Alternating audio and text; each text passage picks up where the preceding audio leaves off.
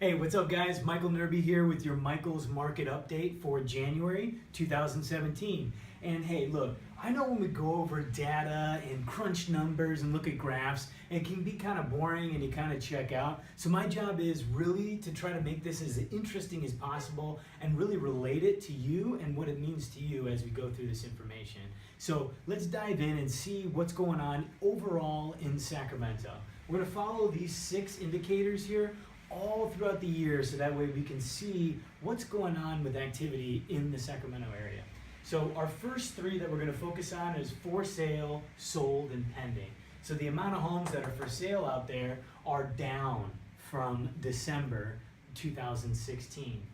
Also our solds, the amount of homes that sold in January, are also down from December. Our pendings have gone up from 1558 to 1838. Now, what this information is telling me is that activity really slowed in January. So there weren't as many homes for sale, so not a lot of people were encouraged to put their home on the market in January. And the amount of homes that sold in January is also down. That's because, in the holiday season in November and December, when those contracts would have gone in, it was less activity basically going on in December and November, led to less sold properties in January. In pending properties, this means what it's telling me is that, the holiday season wrapped up and the people who are interested in moving in the winter and the spring really got back out there and started putting offers out on properties, increasing our pendings from January. Our next 3 indicators, starting with days on market. So days on market tells you when it's 46 changed from 43, that means our average time that a house is going to be put on the market is 46 days here in Sacramento. Now that again ties into our for sale and solds, telling us that the activity in January was down, therefore the amount of time that a house was on the market was a little bit longer. Months of inventory. This means to you, when this number is below 3, that means it's a seller's market. Sellers have more of the advantage. There's lots of buyers out there competing for less homes. When this number is above 4, 5, and 6, that means that it's a buyer's market, and that means buyers have more of the strength in negotiating, and there's lots of properties for sale, and buyers have more of a strategic position. Now it went up from 1.6. We really saw inventory tank in December, and we saw it kind of come back up because in January more people were putting their homes on the market. Now our last one is price per square foot. This one is good to track, and it really just gives us an indicator of the health of the market and which way are we looking.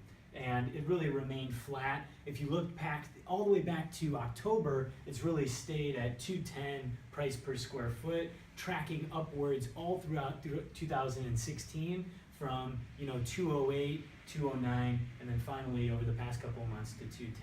The biggest 2 things that I want to leave you with after this video is noticing that things really slowed in December and January.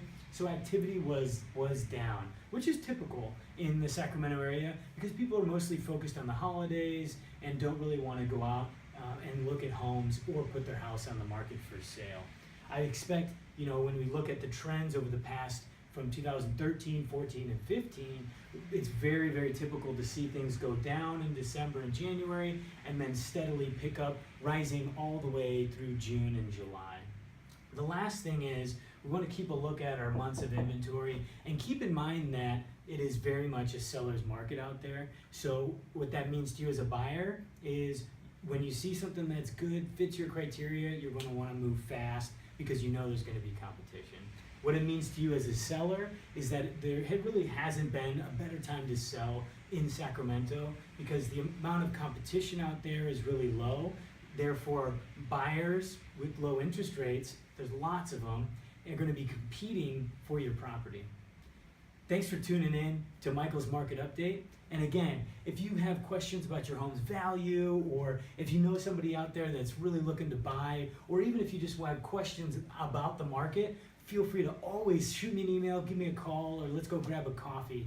I would love to give you an update on the market and chat with you about those things. Thanks for tuning in, and remember, when you think real estate, think Mike Nerby.